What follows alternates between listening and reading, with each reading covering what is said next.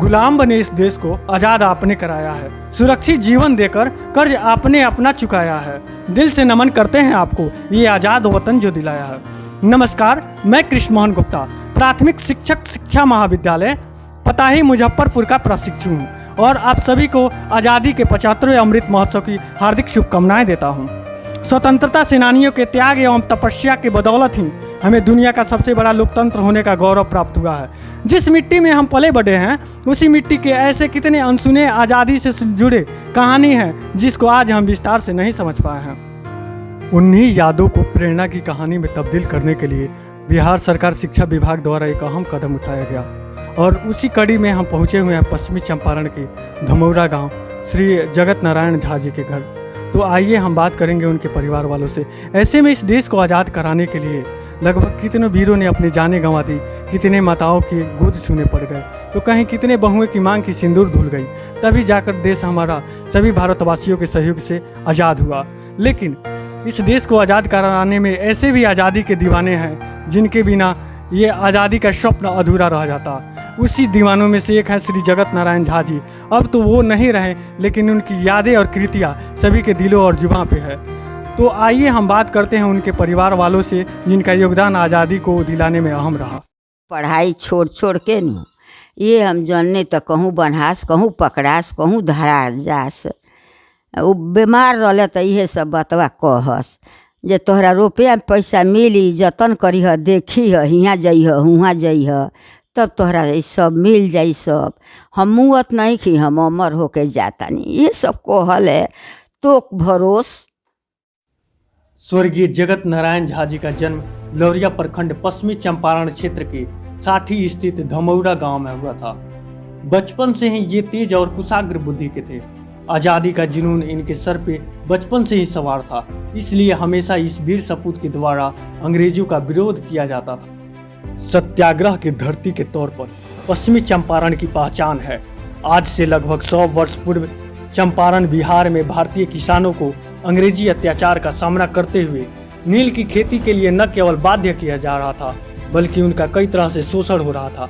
यह वही समय था जब महात्मा गांधी ने इस आंदोलन में भाग लेने का निर्णय लिया और उन्होंने 30 अप्रैल 1917 में चंपारण में अपना पहला कदम रखा। बापू के साथ कदम से कदम मिलाकर चलने वालों में से स्वर्गीय जगत नारायण झा जी भी एक थे। हालांकि जगत नारायण झा तो अब इस दुनिया में नहीं रहे, लेकिन उनकी पत्नी रानी कुंवर आज भी जिंदा हैं और लगभग 100 साल की उम्र में भी आज़ादी के दिनों की बातें उनके जेहन में आज भी जिंदा है। रानी कुंवर नम आंखों से आज़ादी के दिनों की बातें कहकर गुरु के खिलाफ बगावत की दास्तां बताते आज भी कांप उठती हैं। तो वहीं अंग्रेजों की पीड़ा और जख्म के दास्तां भी नई पीढ़ी के बच्चों को सुनाती है। हम लोग तो उस समय बच्चे थे, लेकिन जो हम लोग सुने हैं, जैसे चनपटिया के पास रेलवे नदी पर पुल है, नदी पर वहीं पर लोग गया था, लोग सरकार रोकने, उजाड़ पुजार करने, जो उस समय की प्रवृत्ति थी। उसी समय पुलिस उन लोगों को पकड़ कर ले गई जेल।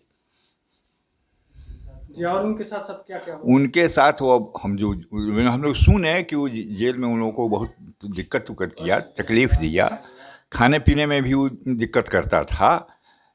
और पता चला है कि दादाजी जब वो गए थे जेल में तो अंग्रेजों ने उन्हें बहुत शोषण किया और उन्हीं की वजह से बहुत ज़्यादा मारा पीटा, जिसकी वजह से घाव भी हुआ। हाँ, जो उसमें जो थोड़ा भी मैंने दबंगी दिखाया, उन लोगों को बहुत पिटा उठा, ले गया, खींच उठ गया, खाना वाना भी नहीं देता था सब ठीक से।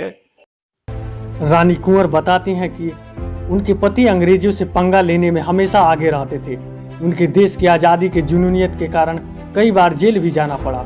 वह बताती हैं कैसे उनके पति अंग्रेजी से लोहा लिए और अंग्रेजों की पिटाई के दौरान जेल भरे आंदोलन के बीच उस जख्म के कारण आज़ादी के कुछ दिन बाद वे स्वर्ग सिधार गए और इसी भावनाओं के साथ हमेशा के लिए भारत माता के आंचल में सो गए।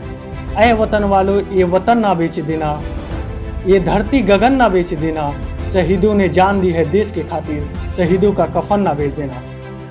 मैं वीडियो को समाप्त करने से पहले शिक्षा विभाग के निर्देशक डॉक्टर विनोदानंद झा सर और अपने महाविद्यालय परिवार को धन्यवाद देना चाहूँगा, क्योंकि हमें स्वतंत्रता सेनानी के परिवारों से मिलने का मौका मिला और उनके घर जाकर सम्मानित करने का अवसर प्राप्त हुआ। फिर मिलेंगे ऐसे ही किसी अवसर के साथ, तब तक के लिए नमस्कार। जय हिंद, जय भारत।